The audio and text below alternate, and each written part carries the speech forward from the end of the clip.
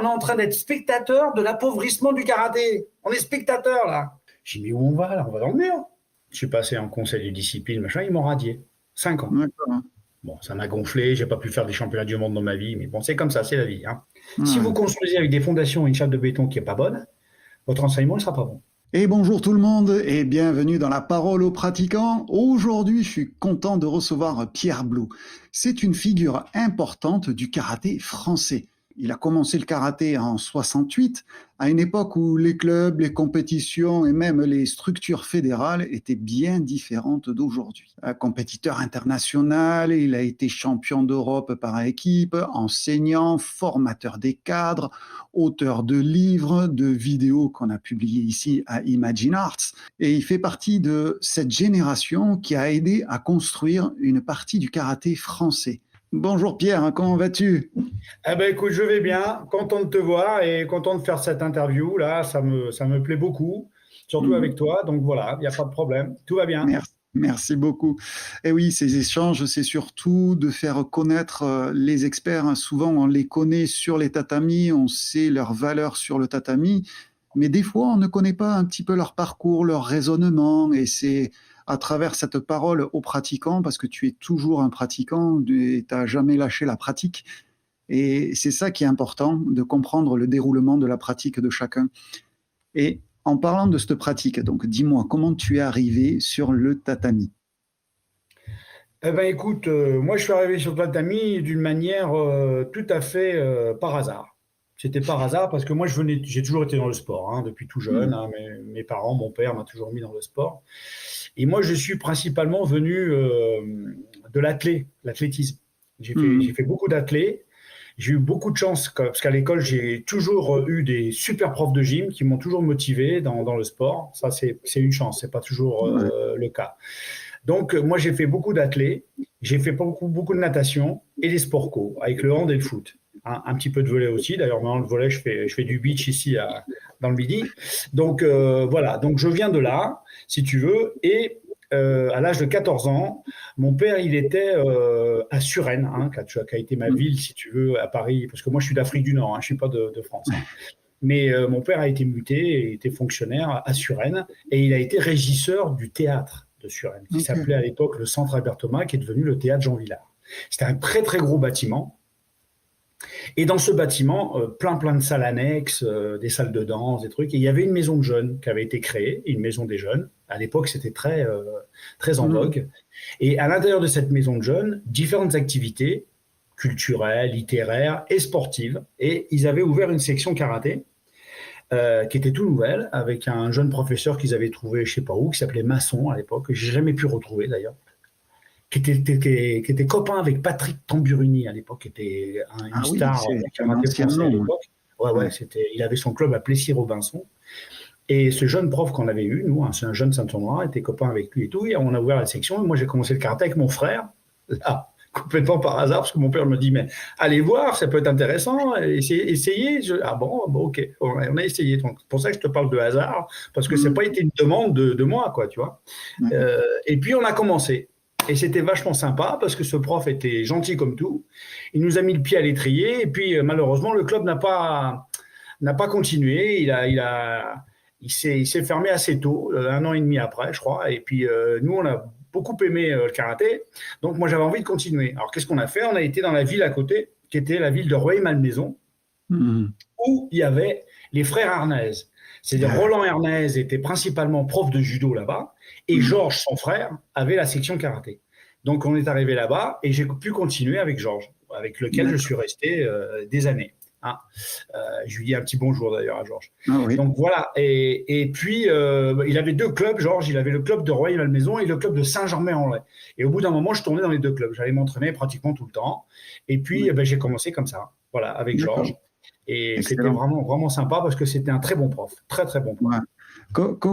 Quel était son type d'enseignement à Georges? Parce que bon, moi aussi je le salue à Georges, c'est que j'apprécie énormément, que je voyais très régulièrement dans les stages qu'organisait son frère Roland Nyantajitsu, notamment le Nyantajitsu, stage d'été à Temple-sur-Lot. Absolument, il était là-bas en stage, oui. Ouais, exactement. Et puis Roland, faut pas oublier que c'était un super copain d'Henri Play, hein. De totalement. l'époque, hein. Attention, il a Euh, commencé, Roland, il a fait du karaté beaucoup, hein, avec mhm, Play, tout ça, à c'est l'époque où ça, ça a vraiment démarré, quoi, hein. Donc, c'est ça. l'historique, il est là. Et Georges a commencé à cette époque-là aussi, en tant qu'élève, Mm, hein. Donc, ils ont un historique quand même qui tient la route, hein. ouais. Et donc, dis-moi, comment c'était avec Georges au début? Oh, génial, génial. Tellement gentil, si tu veux. Ah ben C'est oui. plus gentil que lui, ce sera difficile, hein. Et très bon pédagogue. Très, très bon pédagogue, très amoureux du karaté, Shotokan à l'époque. Et puis, bah, il nous a fait aimer le karaté à toute une bande qui était là à l'époque.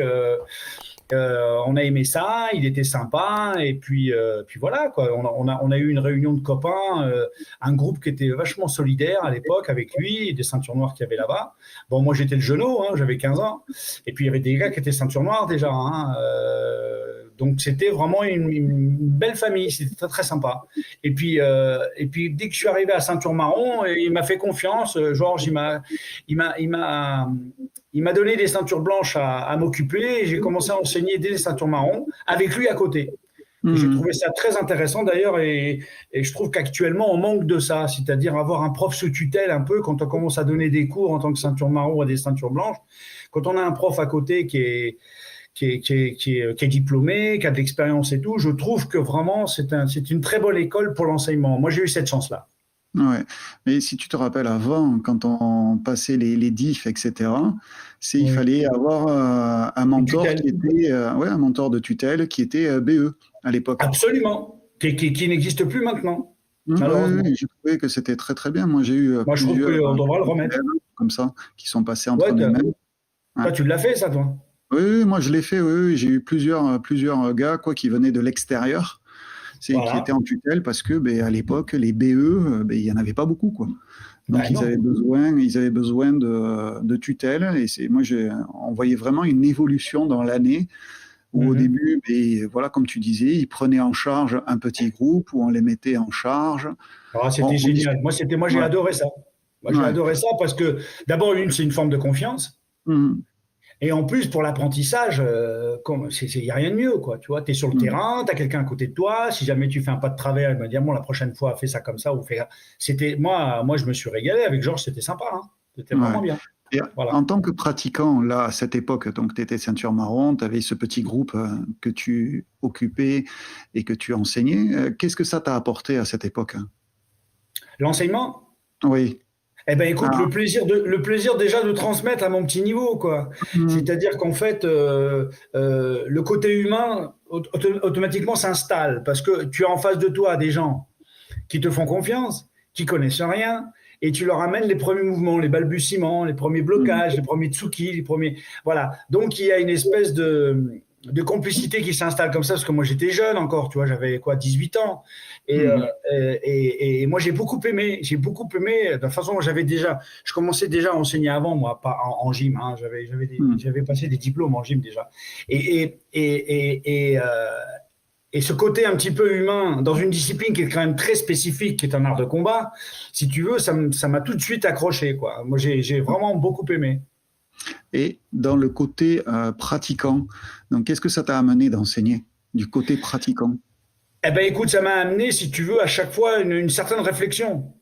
Une certaine réflexion que je me suis approprié un petit peu aussi à moi avec le temps, tu vois ce que je veux dire? Parce que, Mhm, mine de rien, quand tu donnes des cours comme ça à des débutants qui commencent à progresser, toi, tu te rends compte que tu as besoin aussi d'avancer de ton côté, tu vois ce que je veux dire? Pour c'est toujours ça. essayer d'amener aux élèves que tu as, si tu veux, cette avancée que tu t'installes d'une manière régulière, si tu veux, pour pouvoir justement, au niveau de ton enseignement après, être de plus en plus riche, si tu veux, quelque part.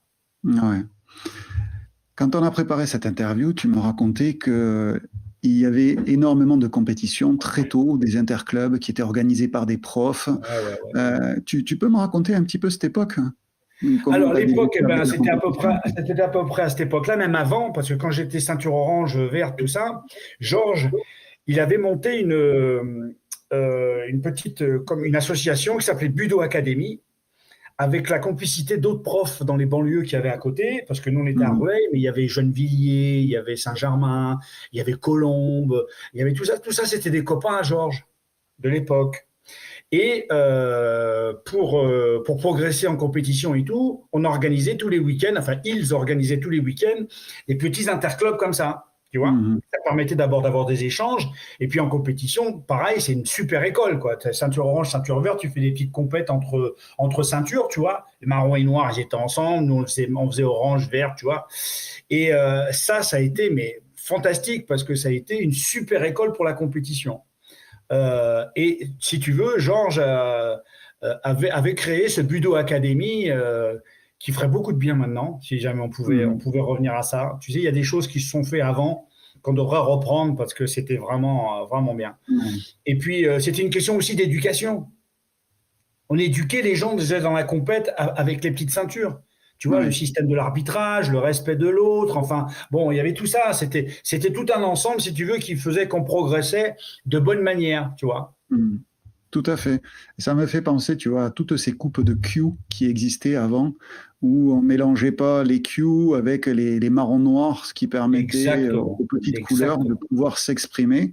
Alors que maintenant, on exactement. voit vraiment des gens qui vont pas à la compétition, tout simplement parce que les gens se sont spécialisés très tôt, ils veulent faire la compétition de l'élitisme, chose qui est très bien de faire de l'élitisme du haut niveau, on va en parler après avec ton parcours, mais il y a aussi les autres qui veulent aussi pouvoir profiter de pouvoir combattre ou passer en kata.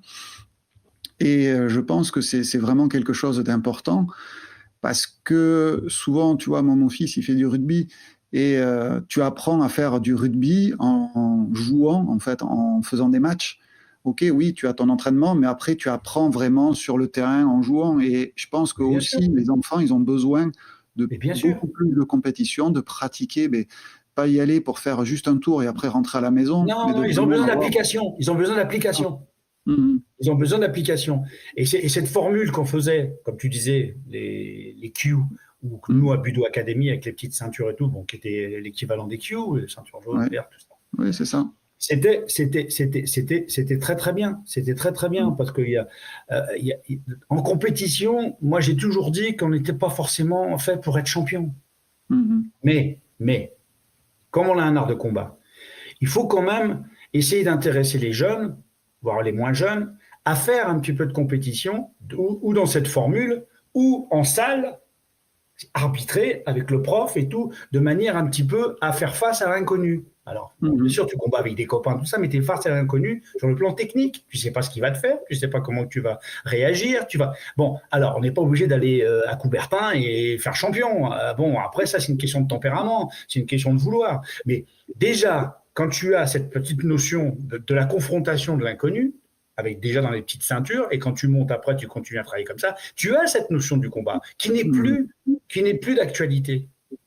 Dans les Ouais, clubs tout à fait. maintenant, c'est complètement spécialisé, comme tu dis. Les gars, ils Mhm. prennent une filière, machin. Donc moi, je suis contre, mais à un point, moi, c'est mon cheval de bataille. Hein, on va en parler, hein, mais c'est Ouais, ça. Quoi. Il faut donner aux gens tout le panel qui existe dans le karaté. C'est c'est tout. ça. La technique, les katas, les combats, les machins, il faut tout faire. Sinon, Mhm. en plus, si tu dois enseigner derrière, attends, tu vas enseigner quoi alors Et on s'étouffe avec ça. On rentre dans une, comme on le disait tout à l'heure, on rentre dans une machine à laver, dans un Mhm. tambour, et puis tu tournes, tu fais toujours la même chose. Hein, et C'est tu ça. risques pas d'intéresser, enfin en 2026, intéresser des gamins de 15 à 25 ans en faisant comme ça, tu vas pas les intéresser. Hein, ils vont là ailleurs, hein, ça c'est évident. Avant de continuer avec le parcours de Pierre Blot, si cet échange t'intéresse et si tu veux recevoir mes réflexions autour du karaté, de l'enseignement, de la pédagogie, de l'histoire de notre discipline, la pratique martiale au sens large, je t'invite à t'inscrire à ma newsletter. Le lien est dans la description. Et donc petit à petit, toi tu rentres donc dans ce système de compétition. Ouais, Et à partir de là, en fait, si ma mémoire me sert bien et mes notes sont correctes, hein, c'est ouais, vas-y. 1975, donc c'est l'année de ma naissance, donc Oh là il y a là. plus de 50 ans. Ah ouais, Tu ben veux me ouais. vieillir ou quoi? Tu veux me vieillir? Mais non, non, non, non, non, c'est juste pour dire que le temps passe, c'est tout. On mûrit, Ah, t'as on raison. se Hein, bonifie ça avec peut l'âge. passer, il passe. Hein. Voilà. Et donc On va en parler d'ailleurs de ça aussi, le temps qui voilà. passe. Mais oui.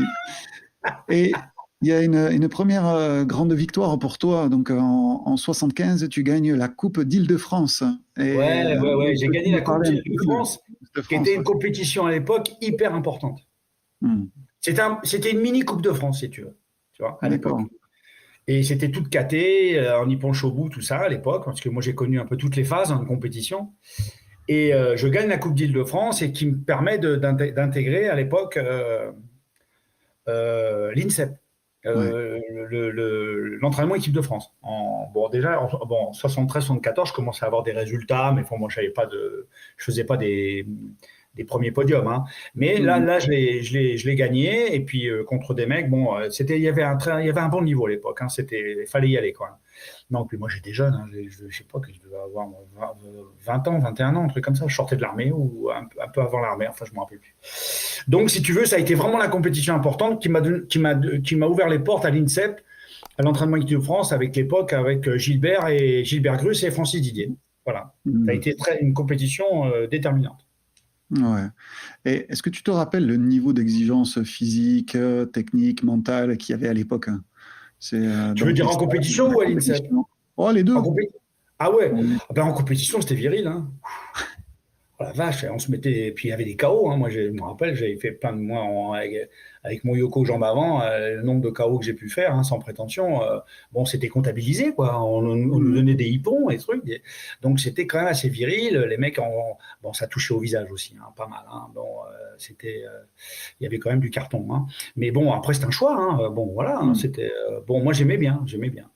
Mais après, si tu veux, la compétition en elle-même, on pourra peut-être en parler après. Où moi, si tu veux, à un moment, j'avais du mal à m'épanouir Mhm. dans cette formule de travail. C'est ça, oui, tu m'en avais On en parlé parlera déjà. peut-être après. Ouais. Mais si tu veux, la compétition de l'époque, moi, vraiment, j'ai accroché parce que ça me plaisait bien, quoi. C'était Mhm. viril, tu vois. Puis j'avais le physique pour ça, j'étais grand, tu vois, j'étais bon, voilà, hein.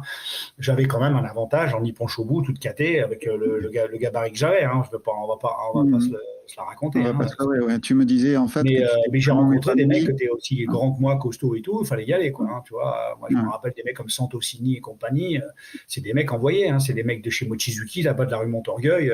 Il y avait Mhm. toute une bande, là, ça s'appelait l'AMI à l'époque. Et bon, fallait faire son trou, hein, quand même, hein. Ouais. C'était des Je mecs qui étaient comprends bons, bien. hein. Non, gentils en Ouais. plus, hein. En dehors des compétitions, hein. Il y avait vraiment une ambiance, mais c'était hyper respectueux et tout. Enfin, moi, j'ai adoré cette époque-là. J'ai vraiment adoré cette époque. Et donc, tu me racontais que donc, là, on était en Nippon Shobu, donc c'était en 2 points pour ceux qui ne savent pas. Donc, c'était des Wasari ou Ippon et le combat était terminé. Et puis Exact, après, là où tu t'es vraiment épanoui, c'est en Sambon Shobu, quand on est passé à 3 Ippons, donc à 6 points. exactement. Voilà, Donc, avant qu'on passe exactement. maintenant à autre chose. Mais c'était vraiment l'époque. Moi aussi, quand je combattais, j'étais aussi en Sambon Shobu. Voilà. Et donc, c'est vraiment Ça a là fait toute la différence. où... Ouais. Tu peux me Ça- raconter pourquoi ça a fait de la différence pour toi? Ben écoute, ça a fait la différence. Si je parle pour moi, par Oui, pour exemple, toi, oui. voilà, on rentrait dans un côté, je dirais, déjà un peu plus sportif, c'est-à-dire que Mhm. il fallait déjà un peu plus de conditions physiques, le temps de combat était plus long, Mhm. et puis ça demandait une autre stratégie. Tu vois ce que je veux dire? À partir du moment où tu étais marqué 1, 2 points, tout ça, bon, tu pouvais éventuellement dire, bon, je vais changer de stratégie parce que là, je suis mené, il faut que je trouve une solution. Enfin, moi, j'aimais bien ça, tu vois. Il y avait Mhm. ça déjà. Et le fait que, moi, si tu veux, le Ippon Shobu, à l'époque, c'était quand même l'équivalent d'un Juippon de comité, quoi. Ouais. Tu vois le Juippon qu'on fait maintenant, qu'on enseigne, tout ça, tu sais, bien en ligne, comme ça, très linéaire et tout. Bon, bah, la compétition qu'on avait en parallèle de ça était pratiquement la même chose, quoi. Les mecs très linéaires, très bas sur les jambes, c'est le premier qui arrive qui marque, le sen no sen, le go no sen, le machin, bon, c'était bien. Mais moi, je m'y retrouvais pas trop là-dedans. J'avais envie de bouger, tu vois. Mhm. J'avais envie de bouger, et moi, je me rappelle à l'époque, j'étais très, très, très fan. J'étais très, très fan de Clay, Cassius Clay, Mhm. en boxe. On en parlera aussi par rapport à l'évolution de l'art du combat. On en parlera de la boxe aussi en parallèle, si tu veux. Alors, moi, je regardais ses combats à Clay, je me dis, mais comment il fait celui-là? Il pèse je sais pas combien de kilos, il est là, il est en train de danser et tout, et à chaque fois qu'il touche, il fait mal et tout. Tu vois, et je me posais un tas de questions sur le. C'était vraiment presque un modèle pour moi. J'ai dit, ah, vraiment, puis ça me plaisait ça. Bon, moi, j'ai commencé en karaté, après, à bouger beaucoup, à beaucoup Mhm. bouger, être pas mal sur le devant des pieds, tu sais, comme ça, à Mhm. sautiller légèrement et puis vraiment être toujours en mouvement, tout le temps en mouvement, un petit peu insaisissable, entre guillemets, tu vois, un peu Mhm. insaisissable. Donc, ça m'a, moi, parce que j'ai beaucoup travaillé, je me suis beaucoup entraîné tout seul, moi, Lionel, hein. Je me suis entraîné avec des anciens, tout ça, comme je te le dirais, mais après, moi, j'ai fait vraiment mon travail très perso. Alors, moi, si tu veux, j'avais envie de bouger, j'avais envie d'être beaucoup plus mobile. Bon, alors, ça m'a permis, au niveau du karaté, à développer des choses. C'est-à-dire ce que moi j'appelais les contretemps, par exemple. Tu vois. Quand tu es mobile, les contretemps, ça donne une manière de les travailler plus facile que quand tu es statique. Pour faire tu vois. Alors, les feintes, pareil, les feintes avec la jambe avant, avec la jambe arrière, repartir, feinte, sans pour cela enchaîner, revenir, différence de distance, je me rapproche, je m'écarte, tu vois, machin truc. Et là, j'ai commencé vraiment, moi, à m'épanouir dans ce sens. Avec ce Sambo Shobu, il y avait cette possibilité. Et d'ailleurs, quelque part, j'étais un peu précurseur de ça, hein, Lionel, tu vois, sans prétention. Hein. J'étais un peu précurseur du fait de plus bouger, tu vois. Oui, on a vu une évolution dans le karaté mondial, ouais. Où ça bougeait différemment. Ouais. Voilà, t'as compris. Ça a commencé à devenir plus mobile. Voilà. Bon, moi, j'étais au début de ça, si tu veux. C'est via la boxe, hein, c'est via Clay. Hein. Vraiment, ça m'a beaucoup plu. Je dis, moi, il faudrait que je travaille un peu comme ça, machin. Bon. Et si tu veux, comme j'avais beaucoup travaillé les jambes, parce que j'aimais ça, si tu veux, cette mobilité m'a permis vraiment de pratiquement gagner mes combats qu'avec ça, quoi. Les Urahoshi, les Maoshi, les Oshirura, les machins, les feintes, je repars, beaucoup de jambes, beaucoup de Huraken bras avant, pas beaucoup de Gyaku parce que c'était pas trop mon truc, mais j'avais toujours un travail de bras avant comme ça, mais toujours avec une finalité jambes ou introduction jambes. J'avais toujours ça, mais c'est la mobilité qui m'a donné ça. Parce que si j'étais resté dans le style d'Ippon Shobu et tout, j'aurais pas pu développer ce karaté qui a vraiment été le démarrage dans les années 70, 75, 76, tout ça, tu vois. Ça a donné, si tu veux, des gens après qui se sont mis à faire ça aussi et qui étaient très bien. Il y avait des mecs très forts. À l'époque, qui ont commencé à lever les cannes sérieusement. Parce qu'avant, tu sais, les cannes, on n'en voyait pas beaucoup. Hein. Bon, il y avait Valera qui faisait ses balayages, tu vois. Gilbert, un peu. Gilbert, il avait des maïgiri pas possible, machin truc, mais on ne voyait pas ça beaucoup, tu vois, à l'époque. Donc, ça a été un peu le démarrage de tout ça. Quoi. Okay. Moi, mon expression s'est vraiment installée à ce moment-là. Quoi.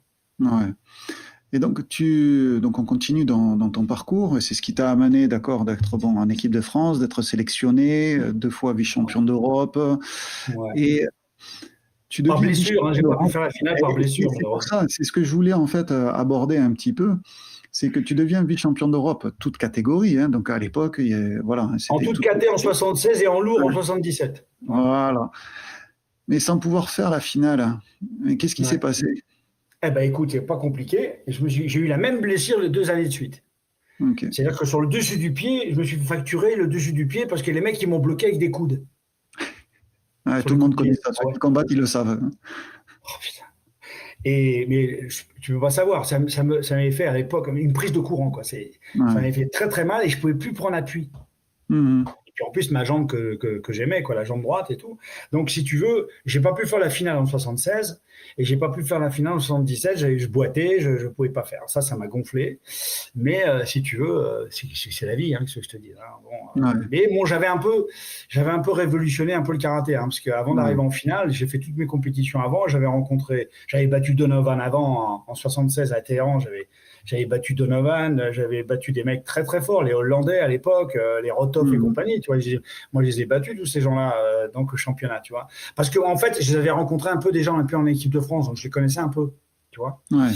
Donc, si tu veux, c'était vraiment une super compétition d'un bon niveau. On avait fait ça en Iran à l'époque pour lancer le karaté en Iran, tu sais. Okay. Ils avaient organisé le championnat d'Europe là-bas. Très beau voyage, d'ailleurs, on a de très bons souvenirs. Donc, et puis après, 77, c'était à Paris. Voilà. Donc, Paris, là, c'est celui qui m'a pété le pied, c'est Codrington, champion du monde de l'époque. Voilà. Donc, moi, je le menais en demi. Hein. Je le menais. À un moment, je fais un désaxé sur le côté. Là, je fais Mawashi, jambe avant et tout. Bam, il me prend avec le coude. Il me repète le pied au même endroit. Aïe, aïe, aïe. Donc, ça m'a foutu la finale en l'air. J'avais battu Codrington, donc je le bats.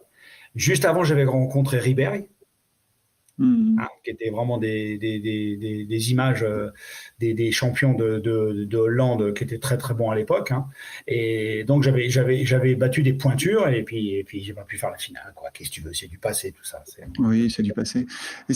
Et c'est à la suite de ça, en fait, que tu prends 3 années sans compétition. Est-ce que c'est non, oui, oh là là, ouais, c'est une belle histoire. Est-ce que c'est suite à ces blessures ou, non, c'est pas par la blessure. C'est pas pour Non, la c'est bête. juste une Non, envie non. de faire un break. Je vais te raconter rapidement. C'est pas un truc sur lequel je m'étale parce que ça a été vraiment un regret pour moi. Parce que Gilbert m'avait sélectionné au championnat du monde dans toutes les catés. Lourd, toutes catés, par équipe, tout. Il m'a dit, vas-y, allez, on y va. Parce que moi, j'avais battu tous les mecs, si tu veux, qui étaient bien positionnés pour les championnats du monde. Donc, moi, j'étais vachement motivé. Puis, moi, j'avais 23 ans, Lionel. 23 ans. Ouais, non, mais c'est ça, il faut remettre dans le contexte. Alors, on fait une Coupe de France. À l'époque, j'étais avec. On s'entraînait tous à Vincennes, chez Jean-Pierre. Alors, il y avait Pierre Pertier, il y avait Sadek Mazri, Jean-Louis Morel, moi et tout. On fait la Coupe de France. Allez, on fait une équipe. Ouais, on fait une équipe. On fait la Coupe. Allez, on fait la Coupe. Moi, j'étais en équipe de France. Donc, on fait la Coupe. Je te la fais courte, rapide. C'est un mauvais souvenir pour moi. Et on fait la compétition. Toute la compétition, on gagne 5-0, 5-0, 5-0. On arrive en finale. On a l'équipe de Francis Didier, Montpellier. On se fait voler en arbitrage. Un autre monde. Et moi, qui était un petit peu agressif, j'ai commencé à me chauffer avec l'arbitre.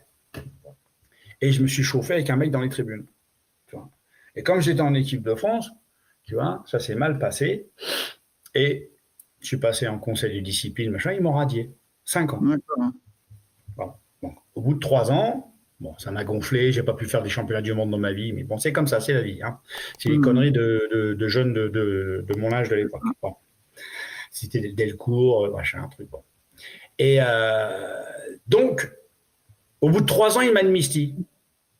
Au bout de 3 ans, ils me disent bon, bah, si tu veux reprendre la compétition, bien, je dis, bon, bah, pendant 3 ans, moi, qu'est-ce que j'ai fait? J'ai formé des mecs, j'étais entraîneur. Mon club a été champion de France 3 fois. On a fait 5 Coupes d'Europe. Donc, je suis rentré dans l'entraînement élite. J'ai vraiment formé des mecs, des gars à moi à zéro. On est parti à zéro et on est arrivé champion de France. À l'époque, avec des équipes, je t'en parle pas. Hein. L'équipe de Valérin, l'équipe de Sauvin, l'équipe de Grus, Épinay-sur-Seine avec Renault, toutes ces équipes-là, on les rencontrait. Bon, moi, j'ai formé des mecs. Mes mecs, ils étaient vachement motivés. Je dis, les gars, si on fait une équipe, c'est pour gagner. Hein. C'est pas pour faire de la figuration.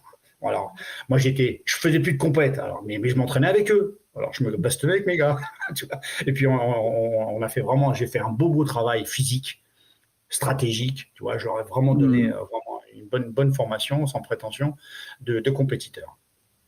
Donc voilà, on a pris les titres. Donc j'étais à ce moment-là plus entraîneur que jamais, puisque je ne pouvais plus faire de compète.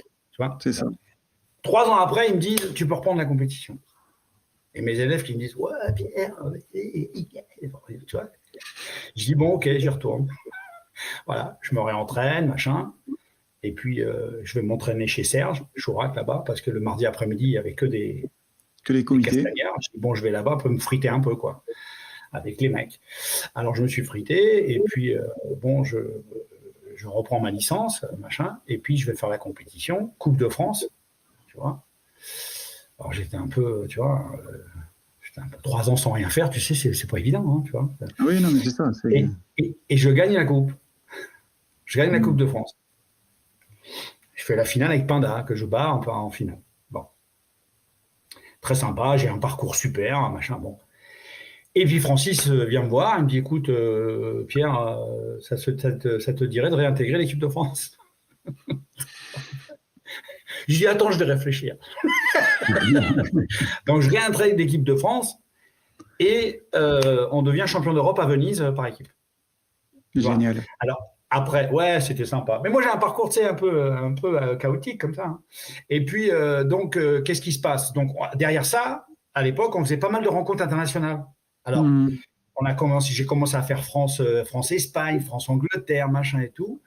On a fait une belle compétition à Metz, je me rappelle, chez Gilbert, à Grus. On avait fait un triangulaire Angleterre, Espagne, France. Avec Thompson, qui était champion du monde de l'époque, Abad, en Espagne, l'Espagnol, qui était champion du monde, tout ça. Et moi, j'ai rencontré tous ces gens-là. Et par équipe, je les battais, quoi. Hein. Donc, c'était sympa. Et il y avait Jacques Tapol avec moi, Patrice Rosgiro. Et tout ça, c'était la nouvelle génération équipe de France que moi, je n'avais pas connue. C'était pas les mêmes, tu vois. Oui. Bon, Patrice est devenu c'est un frère pour moi, Roger, super pote. Jacques aussi. Donc, on joue tout le temps, on joue au golf ensemble et tout. Maintenant, c'est vachement sympa, c'est autre chose. Et puis, je sais pas, je rentrais sur le tapis, j'avais plus le trac, quoi. Tu vois, tu sais, 3 ans d'arrêt, mine de rien, j'ai été motivé pour reprendre la coupe et tout, et puis de gagner, puis leur dire, vous voyez, je suis encore là, quelque part. Mais après, reprendre tout le système avec une équipe de France qui était différente, tu vois, j'avais plus le même feeling quelque part, tu vois. Et puis, tu sais, quand tu rentres sur un tapis, t'as pas le trac, c'est pas bon, tu vois. T'as pas l'adrénaline, tu vois.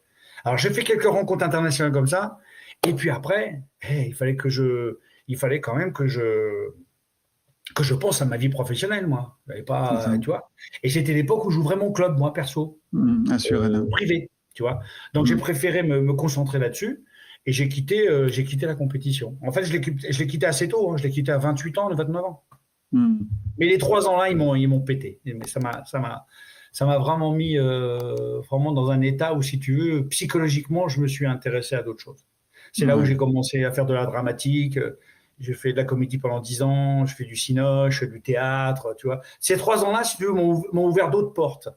En tant qu'entraîneur, mais aussi moi, si tu veux, les choses que j'avais envie de faire, je lui dis, c'était peut-être le moment de les faire. C'est comme ça que je les ai fait.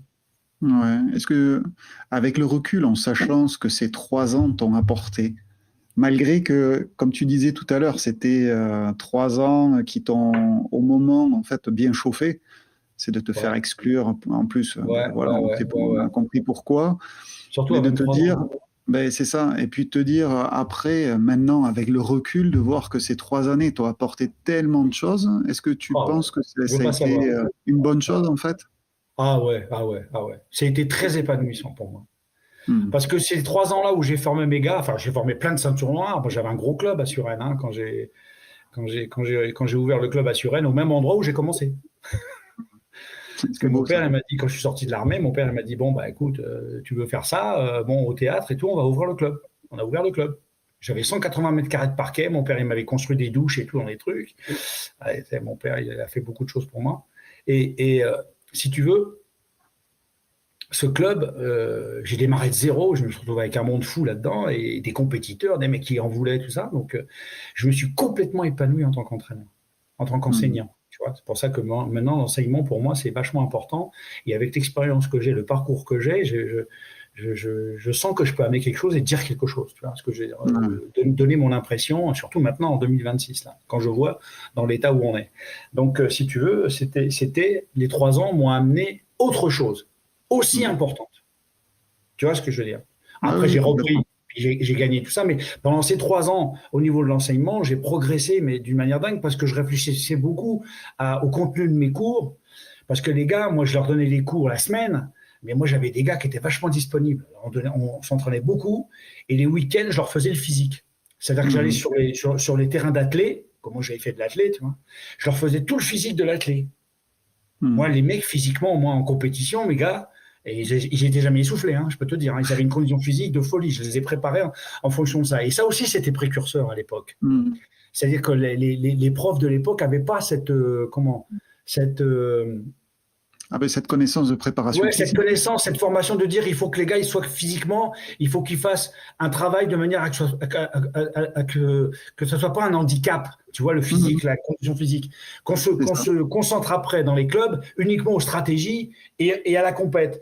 Le physique, on va se le faire à part, tu vois ce que je veux dire. Et ça a été très bénéfique pour ça. Tu vois, c'est moi qui ai combattu, tu vois, moi qui ai combattu bien plus tard. Hein, moi, c'est quand j'étais en équipe de France, c'était en 92.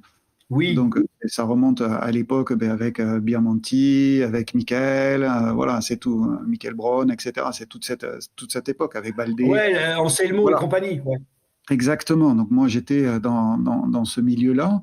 Et à l'époque, je faisais déjà la préparation physique, mais aussi en salle, donc avec des haltères, etc. Parce que j'avais au dojo un prof de muscu, mais qui m'avait fait de la préparation spécifique pour l'explosivité, etc. Mais à l'époque, il y avait quasiment personne qui faisait ça. Mais non, c'est pour ça que je te dis. Moi, mes gars, ils ont été champions de France la première fois en 82. Tu vois, en 82, moi déjà, je leur faisais ce côté physique. Parce que moi, j'avais été, si tu veux, comme j'avais été athlète en athlétisme, c'est des trucs que je savais, ça, tu vois, parce que je le faisais. Donc moi, on allait sur un stade, hein, je les mettais sur les pistes d'athlètes, hein, avec des airs. Tu sais, avec des haies, comme ça, je leur mettais à niveau, avec les temps de récupération au chrono. Enfin, à l'époque, quoi, ça aussi, c'était précurseur. Parce que mes gars, quand ils m'en parlent, il m'a dit, quand ils m'en parlent maintenant, 50 ans après, il me dit, mais ils ont rien inventé, on le faisait, nous, ça, Pierre, tu nous le faisais faire. Et j'ai dit, oui, mais les gars, bah, tant mieux, parce que moi, c'est des trucs dans lesquels je suis passé, donc je vous les donnais. Moi, je garde rien pour moi, je vous ai tout donné de ce que je savais, c'est tout, hein, voilà. Hein.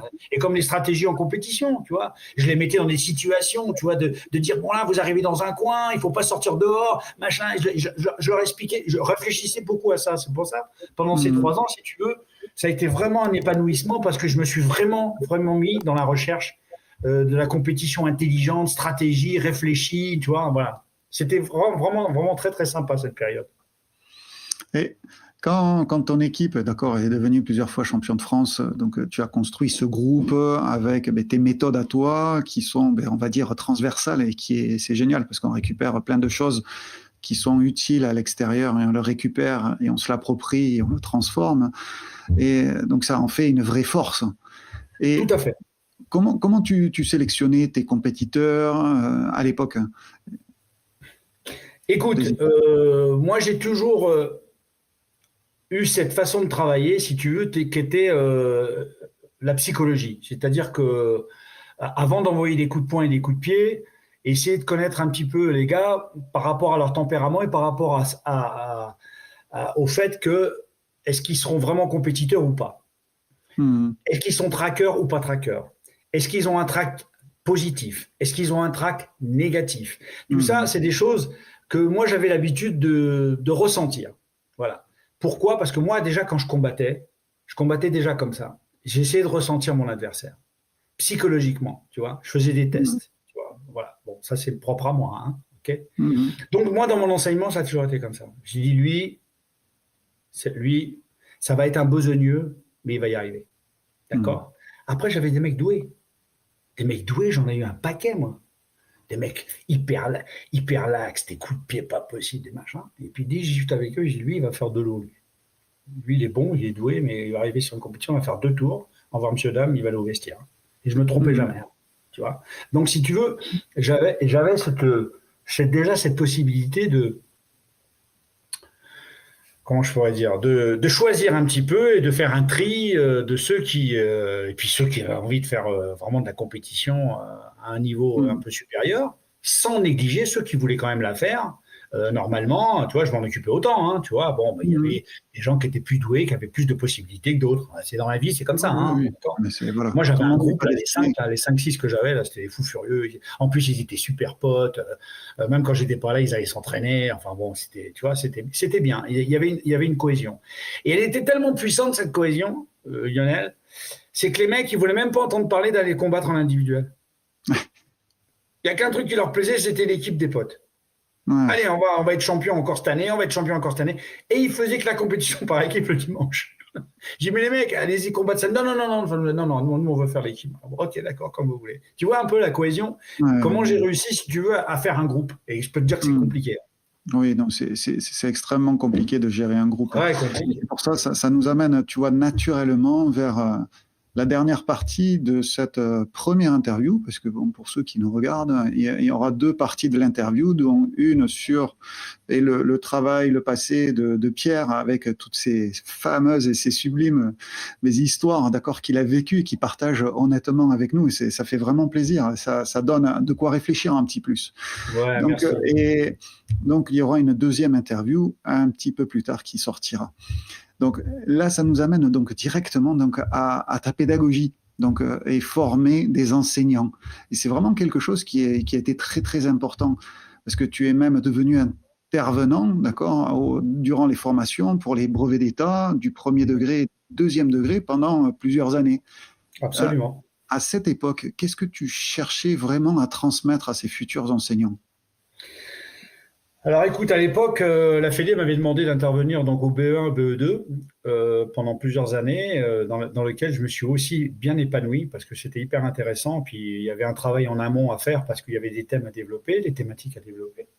Donc j'arrivais toujours avec un travail quand même qui était fait. Je me rappelle avec Nicolas Boulassi à l'époque et tout ça. Et il y avait aussi, comment il s'appelle, Tramontini.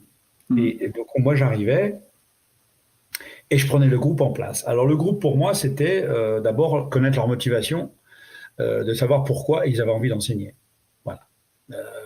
Que je voulais quand même qu'ils me disent que c'était pas uniquement pour arrondir les fins de mois, c'était le fait d'avoir quand même une passion du karaté et de pouvoir la transmettre. Voilà. Donc là déjà, moi j'ouvrais le dialogue là-dessus. J'attendais un petit peu les retours, les réponses. Voilà, on était assis sur le tatami et on discutait là-dessus. Bon. Aussi bien pour le BE1 que le BE2. Mais le BE2, c'est un petit peu indifférent parce que le BE2, les gars, ils enseignaient déjà depuis une dizaine d'années. Donc c'était encore autre chose. Je t'en parlerai après. Mais... Alors le BE1, je les mettais un petit peu dans ces conditions-là. Et si tu veux, moi, le fait de transmettre, je voulais transmettre, et non pas uniquement le fait que j'étais connu en compétition, tu vois, ça a joué, mais je voulais quand même qu'ils comprennent que la tradition du karaté, il fallait quand même qu'ils la respectent, la partie technique, le travail du 2 par 2, enfin tout ce que tu connais, hein, les fondamentaux, tout ça, j'ai dit ça, c'est incontournable. J'ai dit c'est incontournable, moi, j'ai été formé comme ça par mon prof. J'ai été formé par les fondamentaux et après, je suis parti dans le côté sportif et tout. Bon, ça, c'est un choix. Mais c'est pas pour tout le monde. Mais il était important de passer par cette tradition, ce respect hein, que les Japonais nous ont donné dans les années 70. Voilà, nous, on connaissait rien, donc on écoutait, on voyait, on faisait un karaté un peu militaire, mais c'était l'époque, c'était comme ça. Donc, si tu veux, dans l'enseignement que je donnais aux profs, je partais toujours de ce principe-là. J'ai dit, techniquement, vous devez avoir quand même des outils. À partir de là, sur ces outils-là, maintenant, on va essayer de voir un petit peu les différentes stratégies pour les enseigner. Mais il va falloir quand même que vous soyez imprégné de ça déjà. Parce que si vous n'êtes pas suffisamment imprégné de ça, comment vous pouvez l'enseigner ? Vous allez faire n'importe quoi. Vous allez faire que de la surface. Vous êtes enseignant, il faut faire de la profondeur. C'est là-dessus qu'on va construire. Un socle. Le socle de la maison, il est là, et après on construit dessus. Moi, c'est toujours l'exemple que j'ai donné. Fondation, comment on appelle ça ? Le truc de béton, ok ? La chape de béton, la chape de béton. Une fois que tout ça c'est solide, voilà, vous avez les fondations, la chape de béton, ça, c'est la ceinture noire. Et après, on construit. Ok ? C'est la meilleure image que je peux vous donner, c'est ça. Si vous construisez avec des fondations et une chape de béton qui n'est pas bonne, votre enseignement ne sera pas bon. Donc, c'est la meilleure image que je peux vous donner.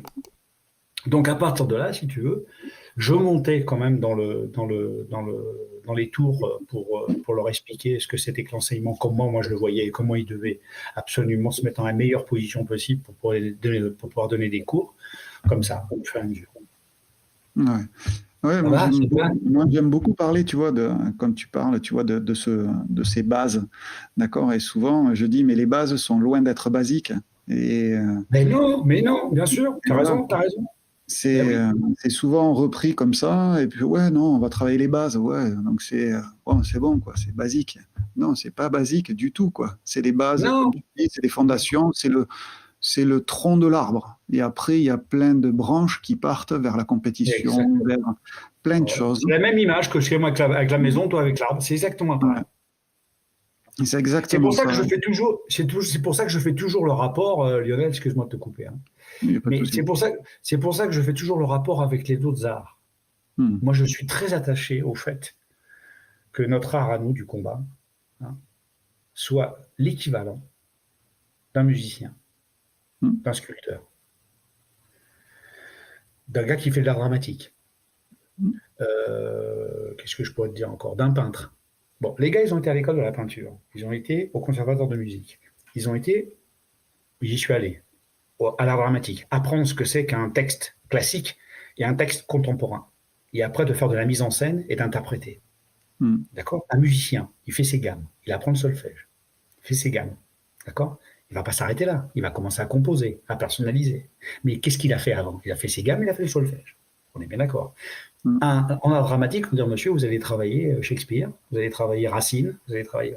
tu vois, vous allez apprendre des vers, vous allez faire Edmond Rostand, Cyrano de Bergerac, vas-y, ouais, ok, d'accord.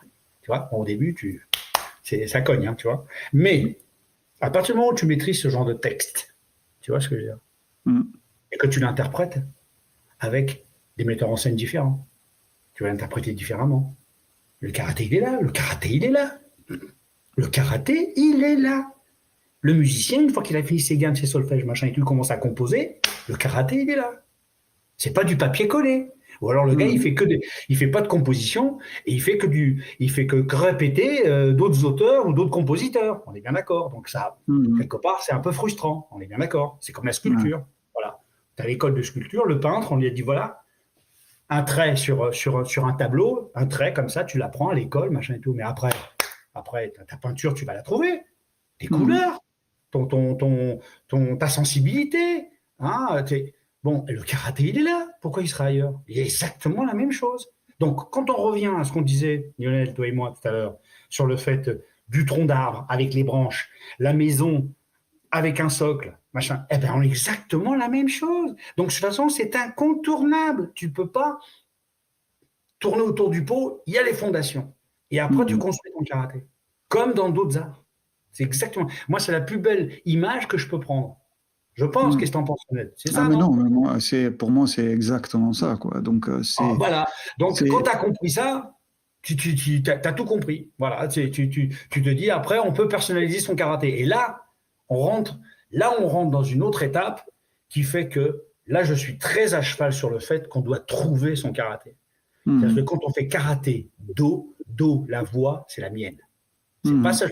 C'est pas la voix de celui d'à côté. C'est Ça, c'est ça. ce qu'on essaie de, certains essaient de nous imposer, et là, je suis pas d'accord. Mhm. C'est la voix que moi j'ai choisie. Moi, mon karaté, moi, il est à moi. Je fais mon Mhm. karaté, mon do, il est à moi. Ok. Voilà. Donc Ouais, ça, c'est c'est comme respectable. le peintre, Et il c'est faut comme le peintre comment. tout à l'heure. C'est comme le peintre tout à l'heure. Voilà. Exactement. C'est Exactement. ça peut Et là, on plaire est à sorti. d'autres ouais, ou pas. Mais Oui, voilà. voilà. Mais Lionel, on est sorti de ça. Mhm. Tu es bien d'accord avec moi? Là, Ouais. actuellement, on est sorti de ça. C'est-à-dire on est complètement dans le copier-coller. On Mhm. est complètement dans comme on disait tout à l'heure, la machine à laver dans le tambour, tu sais, c'est tourner manège. Tu vois, et ça tourne, ça tourne, ça tourne, et on ne trouve pas de personnalité dans notre karaté actuel. C'est encore des anciens qui sont là, et tu vois, et bon, ok, d'accord, moi c'est ce que j'avais noté. Moi, j'ai un respect surdimensionné des anciens. Sinon, Mhm. je ne serais pas là.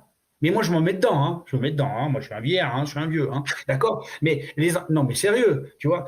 Mais les anciens, maintenant, ils doivent servir de consultants. Tu vois, de consultants. Moi, ce que je voudrais dans le karaté maintenant, c'est des gens comme toi. T'as C'est compris? gentil, merci. Oui. Et moi, je te le dis. Des gens comme toi, des mecs de ton âge, des mecs comme ça, qui ont les éléments, qui ont les fondations, qui ont des idées nouvelles, qui sont jeunes, c'est ces mecs-là qu'on doit avoir sur le terrain. C'est des mecs comme ça qu'on doit avoir sur le terrain. On va pas tourner manège pendant 20 ans avec des vieux, quoi. Ces vieux, moi je suis désolé, hein, ils prendront ça comme ils veulent, j'en ai rien à faire. Mais ce sont des vieux dans lesquels je me mets dedans. C'est pour ça que moi Mhm. je fais plus de stage. Je veux plus. Un séminaire, oui. Un stage, non. C'est terminé. Il y a des jeunes comme toi qui doivent y aller au carton. Tu vois ce que je veux dire? Mais oui, Ouais. il y en a marre de voir toujours la même chose. Là, je suis dur, hein. Bon, Oui, oui, tu oui, couperas mais pas. c'est pas des paroles qu'on entend souvent, quoi. Donc c'est pour Ah ça bah, que c'est c'est. sûr, mais moi, je me permets parce que Lionel, j'ai plus d'intérêt, moi. J'ai rien à défendre en dehors de la passion du karaté. Qu'est-ce que j'ai, moi? J'ai ma vie maintenant. Moi, j'ai plus de club, j'enseigne plus, machin, mais les 10 ans où j'ai rien fait, tu vois, parce que j'ai pris 10 ans de recul quand même, hein. Mhm. On en parlera peut-être un peu plus tout à l'heure. Mais Oui. ça m'a donné un oxygène, tu peux pas t'imaginer. Il y a plein de gens qui devraient prendre du recul comme ça sur leur karaté. Il y a plein de gens qui prennent du recul sur leur art. Tu sais, ils reculent comme ça Mhm. et ils voient ce qu'ils ont fait pendant 20 ans, 30 ans. Tu dis, mais attends, j'ai plus le même âge, j'ai plus la même, comment, sensibilité, machin et tout, donc je passe à autre chose. J'abandonne pas, je passe à autre chose. Mhm. Moi, quand j'ai vendu mon club en 2000, j'ai pris ma retraite en 2016. 2016, j'ai vendu mon club. Je me suis retrouvé ici à la maison dans le Midi, dans ma maison, et je me suis posé la question. Je me suis posé la question, Lionel. J'ai dit, tu t'arrêtes de faire du karaté? Je me suis posé la question. J'ai dit, pourquoi je vais m'arrêter de faire du karaté? Ça n'a pas de sens. Ça n'a pas de sens que je m'arrête. Donc je vais réfléchir. Et c'est à ce moment-là que j'ai commencé à m'entraîner autrement. Je me Mhm. suis mis dans mon jardin et je revisitais mon karaté. Je l'ai revisité, doucement. Je me suis dit, oh, mais il y a longtemps que j'ai pas fait ça. Il y a longtemps que j'ai pas fait ça. Et pourquoi je ferais pas ça? Mais déjà pour moi. Déjà pour Mhm. moi. Tu vois? Donc, si tu veux, c'est là où je suis plus d'accord, je suis plus en harmonie avec les anciens qui sont encore sur le terrain. Les mecs, c'est tourner manège, ils font toujours la même chose. Tu vois? Alors que j'ai un respect profond pour ces gens. Moi, un garçon comme Jean-Pierre, je lui tire mon chapeau. J'ai beaucoup de respect pour lui. Je me suis entraîné avec lui en tête à tête, moi. On faisait des allers-retours tous les deux à Vincennes. On faisait des entraînements, on faisait du sac ensemble et tout. J'ai adoré cette période-là. Moi, c'est quelqu'un qui m'a amené beaucoup de choses sur le plan technique. Pas en compétition, hein, mais sur le plan technique, moi j'avais besoin de progresser, j'avais besoin de gens comme ça. Toute la bande de Vincennes, Pierre Berthier, lui, Christian Close, Sadek Mazri, tous ces mecs-là, c'était d'ailleurs avec lesquels j'ai fait la compétition que je t'ai dit. Donc si tu veux, mais j'ai l'impression que le temps s'est arrêté pour ces gens-là. Le temps s'est arrêté. Je vais loin dans mes propos. Alors que je suis toujours en rapport avec eux. Et je les adore, hein, surtout Pierre Berthier, Sadek Mazri, tout ça. Je leur dis, mais les gars, je suis le seul à réagir comme ça, on a tous le même âge. Mais attendez, on est en train d'être spectateur de l'appauvrissement du karaté. On est spectateur, là. Moi, ça me rend malade. Mais moi quelque part, je dis, j'ai pas d'intérêt. Moi, je regarde ça avec du recul. Je dis, mais où on va, là? On va dans le mur. Quand tu regardes le karaté d'une manière générale, t'as vu un peu dans les stages? C'est l'EHPAD. C'est l'EHPAD. Je me mets dedans, je te dis. Je dis, mais c'est quoi ça? C'est ça? Le karaté dans 10 ans, 15 ans, ces mecs-là, ils seront au carrefour au Père-Lachaise. Hein, et on va laisser quoi? On va laisser quoi? D'abord sur le plan karaté, et on n'aura pas réussi à intéresser les jeunes. Il y a quand même des questions à se poser quand même. Tu vois ce que je veux dire? Donc c'est pour ça que je suis un petit peu, moi, un petit peu critique. Si on peut appeler ça critique. Je fais surtout un constat. Et c'est pour ça que je suis arrivé à ces séminaires. Alors, je prends beaucoup la parole, hein, Lionel, excuse-moi. Non, mais il n'y a pas de souci, je te laisse parce que c'est très intéressant. Et puis, c'est ton propos à toi qui était à toi. Et je ne peux pas me permettre, en fait, d'en parler parce que c'est ton propos, c'est ta vision, c'est ta vie. Et c'est vraiment comme toi, tu le vois. Et c'est enrichissant et c'est rafraîchissant aussi d'entendre, d'accord? Et puis, ça amène à la réflexion et on va continuer cette interview dans une prochaine interview, comme je disais tout à l'heure, où on ira peut-être un petit peu même plus profondément, où on va parler, bon voilà, de ce pourquoi tu as revisité, qu'est-ce que tu as revisité, comment tu vois maintenant la pratique, hein, qu'est-ce que tu veux pour la pratique, les séminaires que tu me parles, la différence avec les stages. Nous, ce qu'on vous laisse là aujourd'hui, et je pense que Pierre veut vous laisser, donc je prends ta parole là et tu me confirmeras, c'est un retour en fait sur ce que vous faites. Pensez à ce que vous avez fait, c'est une chose, on ne vit pas dans le passé, on vit dans le présent, et de regarder avec des yeux neufs sur ce qu'on a fait, où on en est, nous permet en fait d'ouvrir le futur. Bravo Lionel, tu as complètement compris, c'est tout à fait ça, c'est tout à fait ça, c'est ce que moi j'appelle revisiter. Revisiter en ayant, si tu veux, la possibilité de prendre du recul. Alors c'est vrai que quand les gens sont encore en train d'enseigner, quand encore des clubs et tout, c'est difficile de prendre du recul. Mais il faut s'obliger parce que c'est le seul moyen de voir notre karaté continuer à vivre dans les années à venir. Parce que je ne suis pas pessimiste, mais pas loin. Très bien. On se retrouve bientôt pour la suite. Allez.